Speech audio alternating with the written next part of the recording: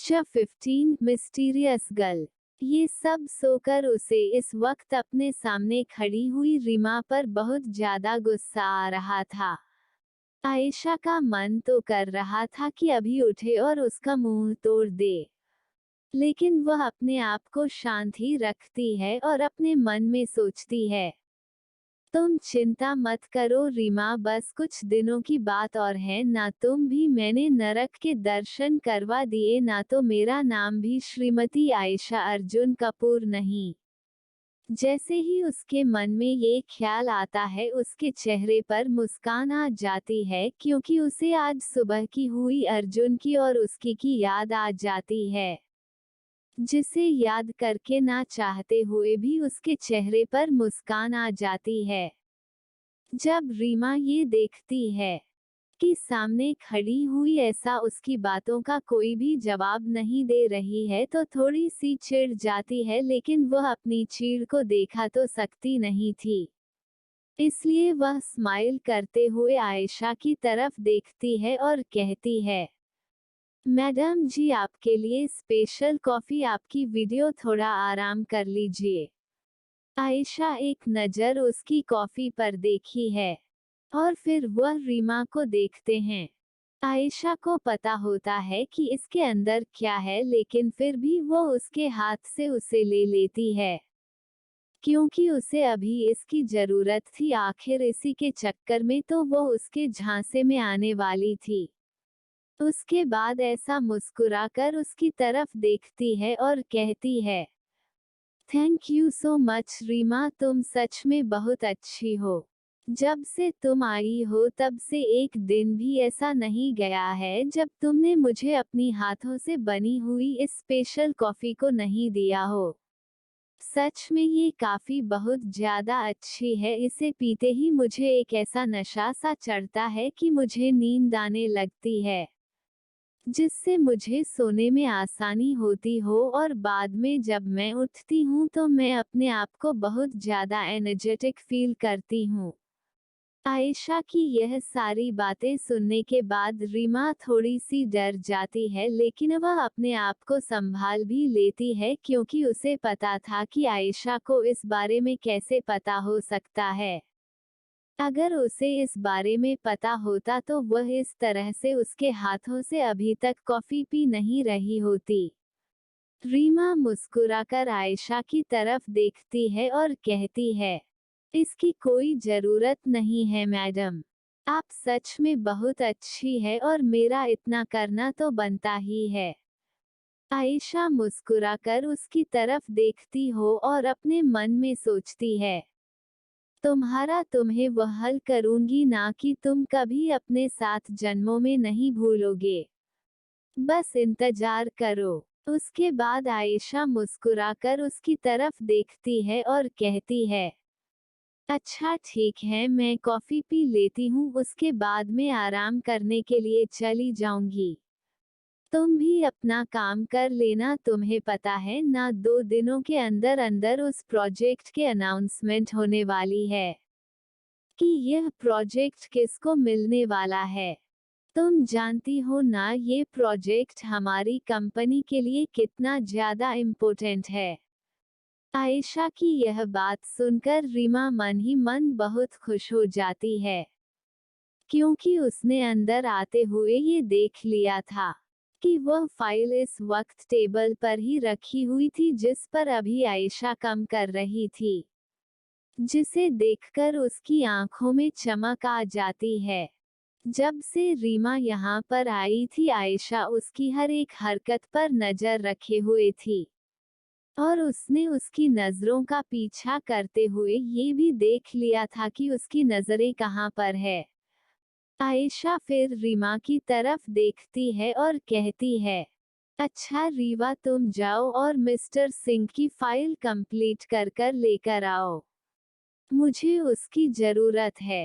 रीमा मुस्कुराकर कहती है, यस मैडम। उसके बाद वो वहां से चली जाती है। उसे जाता हुआ देखकर आयशा के चेहरे पर मुस्कान आ जाती है, क्योंकि आज वह इसका काम तमाम करने वाली थी।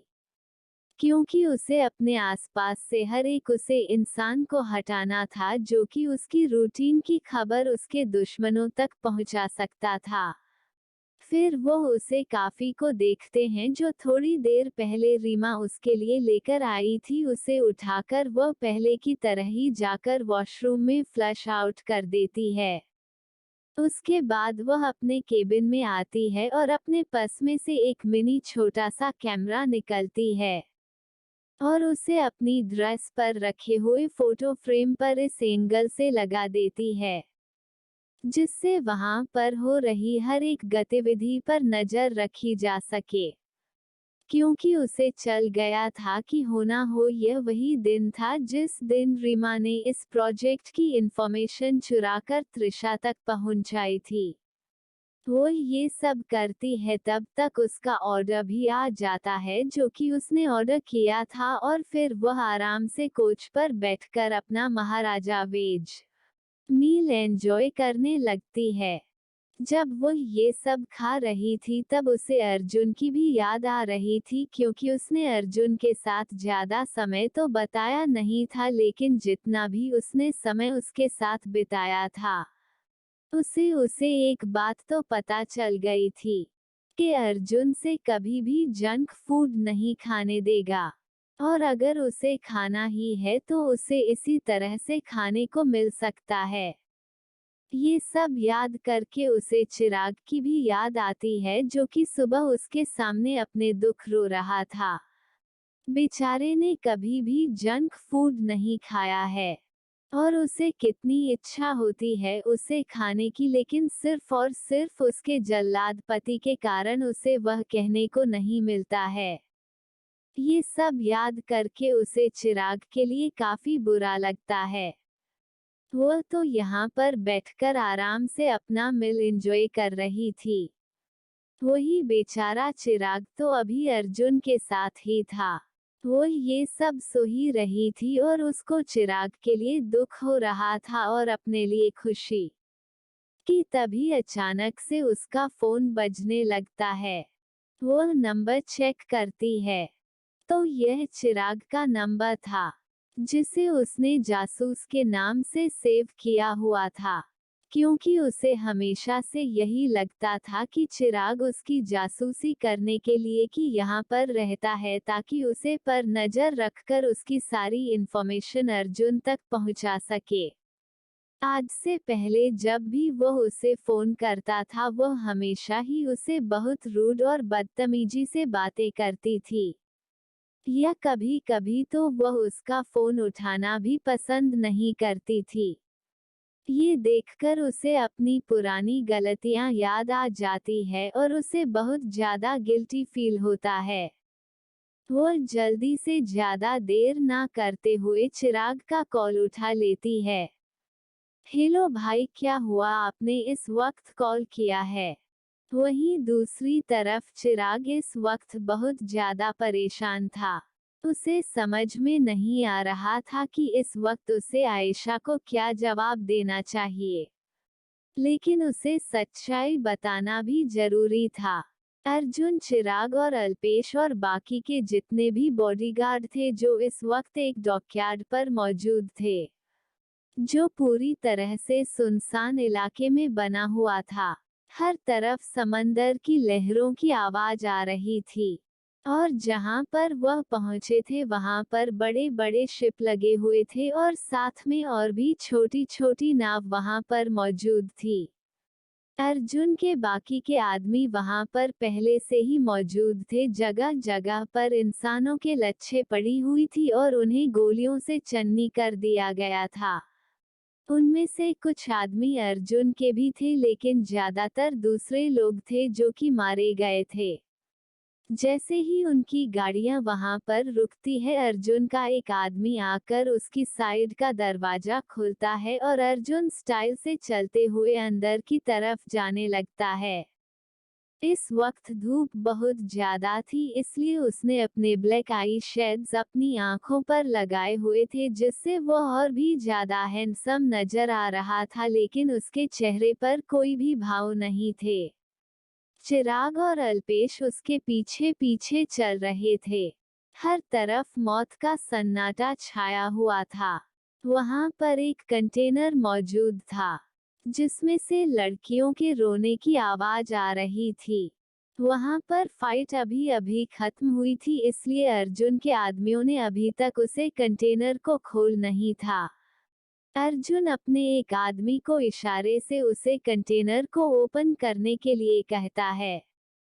ए बॉडीगार्ड जिसने काले कलर के कपड़े पहने हुए थे उसे दिशा में जाता है और वहां पर कंटेनर पर लगे हुए उसे ताले पर अपने हाथ में पड़ी हुई बंदूक से फायरिंग करने लगता है, जिससे वह ताला एकदम से टूट जाता है। उसके बाद वह उसे ताले को निकाल कर एक साइड में फेंक देता है और उसे कंटेनर का दरवाजा खुलता है। जैसे ही उसे कंटेनर का दरवाजा खुलता है, उसे कंटेनर के अंदर 100 से 150 लड़कियां मौजूद थी, जिनके हाथ पैरों को रस्सी से बंधा हुआ था। वो लड़कियां पूरी तरह से बेहोशती नहीं थी, ऐसा लग रहा था जैसे कि उन्हें किसी प्रकार का कोई ड्रग दिया गया हो। अर्जुन फिर अपने आदमियों की तरफ देखते हुए कहता है, जल्दी से इन्हें निकालो और इन्हें वीमेन हेल्थ केयर लेकर जाओ, और जब ये लोग ठीक हो जाए तो इन्हें एक ऑर्गेनाइजेशन में भिजवा देना। उसके बाद इनसे पूछकर इन्हें इनके घर सेफली पहुंचा देना। उसका ऑर्डर सुनने के बाद सब लोग अपने अपने काम में लग जाते हैं। बॉडीगार्ड एक के बाद एक लड़की को सावधानी से उसे कंटेनर में से बाहर निकल रहे थे। कुछ लड़कियां चलने की हालत में थी तो कुछ लड़कियों को वह अपनी गोद में उठकर बाहर निकल रहे थे। अर्जुन, चिराग और अल्पेश साइड में खड़े हुए थे और तीनों ये सब देख रहे थे कि तभी अचानक से चिराग की नजर एक लड़की पर पड़ती है, जिसे देखकर उसकी आंखें हैरानी से बड़ी हो जाती है। उसे विश्वास नहीं हो रहा था कि उसने क्या देख लिया। क्या इस वक्त लंदन में नहीं होना चाहिए था? ये यहाँ पर क्या कर रही है? चिराग जल्दी से अर्जुन की तरफ देखते हुए कहता है। अर्जुन, वह देखो।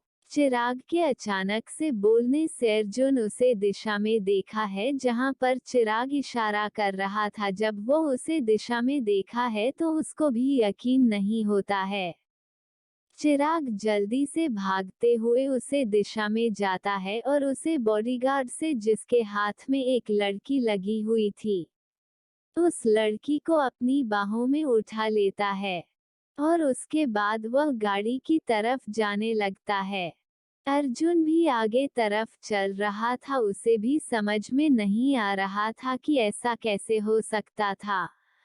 अल्पेश को कुछ भी समझ में नहीं आ रहा था, लेकिन उसे इतना तो पता चल गया था कि हो ना हो ये लड़की जरूर कोई इम्पोर्टेंट फिगर है, जिसके बारे में अर्जुन सर तक इतनी परवाह कर रहे हैं। अल्पेश जल्दी से कर का दरवाजा खुलता है और चिराग उसे लड़की को पैसेंजर सीट पर बिठाकर खुद उसके बगल में बैठ जाता है और उसे लड़की का कर अपनी गोदी में रख लेता है और उसे जगाने की कोशिश करने लगता है, क्योंकि वह लड़की इस वक्त बेहोश की हालत में थी। अर्जुन जाकर दूसरी गाड़ी में बैठता है और उसके बाद सब लोग अर्जुन के मेंशन जाने के लिए निकल जाते हैं। चिराग पहले फोन कर अर्जुन से पूछता है, भाई हमें इस बारे में भाभी को बताना चाहिए या नहीं? उसकी बात सुनकर अर्जुन कुछ देर के लिए कुछ पूछता है, उसके बाद कहता है, उसे यह मत बताना कि क्या हुआ है, बस इतना कहो कि जल्द से जल्द घर पर आ जाए। फोन करने के बाद चिराग फटाफट से आयशा को कॉल कर देता है और उसे घर आने के लिए कहता है। फ्रेंड्स, क्या लगता है आपको क्या होगा आगे इस कहानी में? कैसे फंसेगी आयशा रीमा को अपने जाल में? कौन है यह लड़की जिसके लिए अर्जुन और चिराग इतना ज्यादा परेशान है?